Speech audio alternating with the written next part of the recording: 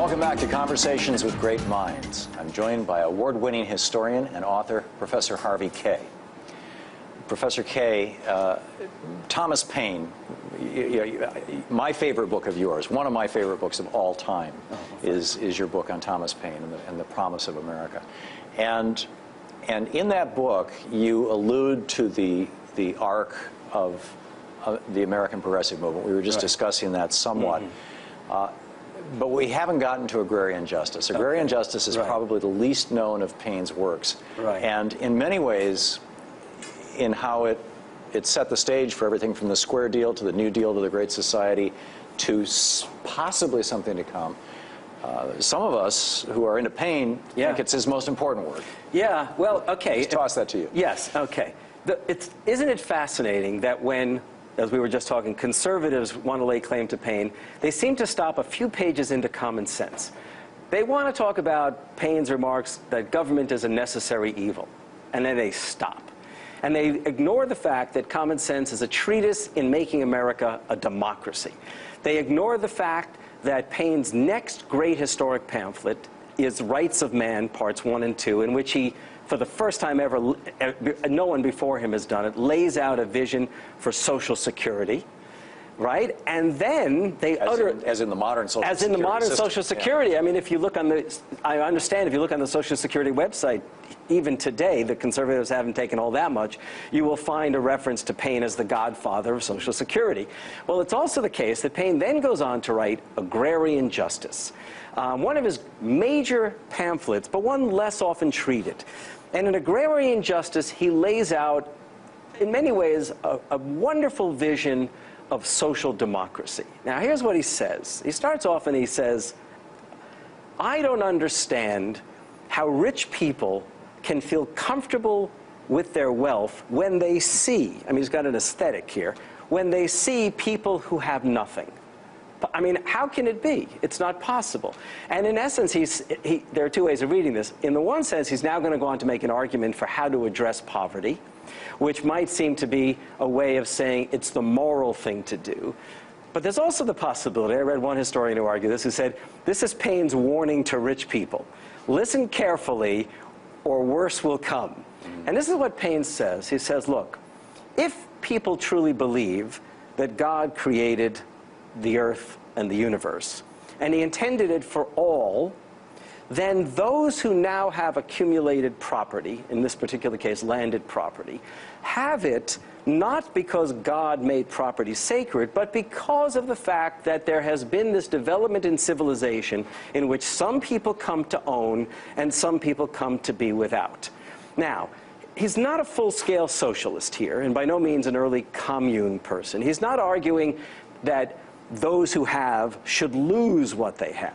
But he does say that those who have, therefore, have an absolute obligation, moral, fundamental, political, to pay a tax on what they hold that would otherwise be everybody else's. And they have to pay a tax into, call it a community chest, a national treasury, but some kind of fund. That fund should then be used for one, covering, well, stakes, S-T-A-K-E-S. Young people, when they reach the age of maturity, should be given a stake. And this is not only young men or boys, but also young women or girls. So there's no gender bias here in Paine.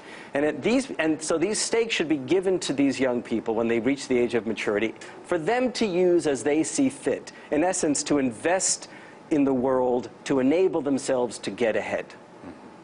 But he's no fool, Thomas Paine, okay? He doesn't presume that the civilization therefore allows everyone to make it, right? And he says, and at the age at which a decent, reasonable age for what we would call retirement, and this goes back to a Social Security idea, there will also then be funds afforded to provide pensions to the elderly, because none of us would want to see people be without. So agrarian justice is the pioneering treatise of what you and I would probably call social democracy. Public action to enable opportunity, public action to combat poverty, public action to make sure that those who reach an age of maturity at both ends of the spectrum will not be without.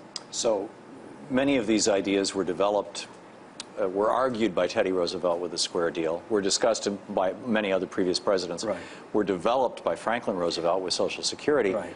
And then before he died, Franklin Roosevelt was working on the next iteration. Right, on the Economic Bill of Rights. Yes.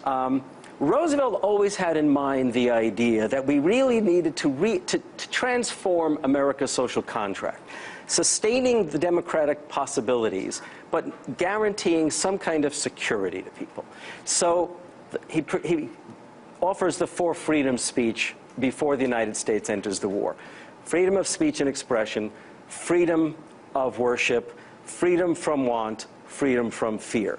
But then to give it more substance, in January of 1944, he offers an economic or second Bill of Rights speech. He says, we've reached the point in American life. We now have the bases to be able to guarantee people health care, housing. He goes so far as to say that people should be guaranteed time and opportunity for recreation.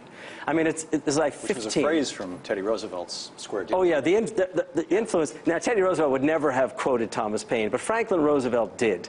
So there is this kind of continuity. There is that American social democratic tradition, which, by the way, conservatives know is very much alive and repeatedly try to suppress the memory of it or even to pervert it. Which takes us to one of the major perversions. One of the words that conservatives love to use is freedom. Right. They don't use the word democracy. They don't, because it sounds like Democrat, first of all, plus, God forbid. But they use the word freedom. And in 1936, and as I recall, July 27, 1936 in Philadelphia, when Franklin Roosevelt accepted his nomination for the second term, he said in his speech, he said, an old English judge once said, a necessitous man is not a free man. Right, right. Carry that forward. Well, I mean, what it comes down to is this. If you believe in opportunity, okay, I mean, Roosevelt was no egalitarian in the sense that we might late 20th century terms, post-60s terms. But he did believe that if you're going to enable people, if you're going to afford Americans equal opportunity, then you need to be able to stand on something, okay? You needed to be able to make sure that people had the bases in order to advance, which meant, well, food, clothing, and shelter, the most fundamental. But in a democracy, food, clothing, and shelter is not sufficient. Education is absolutely essential. Work is absolutely essential. You know, it's interesting that during the New Deal years, Harry Hopkins, who headed the WPA, basically said to Roosevelt, and Roosevelt immediately appreciated it, said, we need to give people not a handout, we need to give them a job. And that's when the WPA is created, of course, in 1935. The understanding that Americans themselves want to work. They don't want a handout. Now, that may sound, of course, conservative, but actually, Roosevelt and Paine himself often said, it's progressives who must defend conservative values. And I think that's important, that we progressives are not progressives as in breaking with the American tradition. We progressives want to sustain and advance that American tradition. And that's true from... Which in and of itself is conservative. Absolutely. Not the tradition, but I mean, the idea of continuity is a core conservative notion. So in the 3 minutes or so we have here, from Roosevelt forward, it seemed, he didn't complete that work, as it were. And when Harry Truman tried with his national health care system and for other things, he got shot down, and Taft-Hartley. But then LBJ picked it up, and we moved a little farther forward. What are your thoughts about where we are now and where we should be going, and how we might possibly get there? What they call that, the old $64,000 question? Well, first of all, I think that if we're going to go anywhere, we can't be deferential in any fashion, okay? We really do need to make noise. Now, what do I mean by making noise? It means that those who are... I think, for example, we have to realize that labor remains our best vehicle for change. And I mean sincerely the AFL-CIO. But that means we have to get the AFL-CIO to realize that deference to the Democratic administration is not sufficient. That there has to be an open and public dialogue and pressure applied on this administration. And what we need to then do is not have a conversation. We need to have an argument. Okay, and we need to be fairly firm as to what we represent. I think we progressives have to reclaim the American radical tradition, Even if we don't want to call ourselves radicals, we need to reclaim liberal, progressive, and the radical tradition and no longer have the left divided. Over and over again, the left is divided. We have to gather around, to my mind, I remain a staunch social democrat, and I think that's the basis upon which we have to act. I think we need to reclaim that term of freedom and link it very specifically to equality and democracy. I also think that, I mean, I can't help but compliment you on shows like this. I mean, these voices seem to be, of course, at the margins, but they're there, and increasingly we're finding our way back in. And you know, we cannot any longer defend the Obama administration. We must find a way to apply pressure through, as I said, through the AFL-CIO.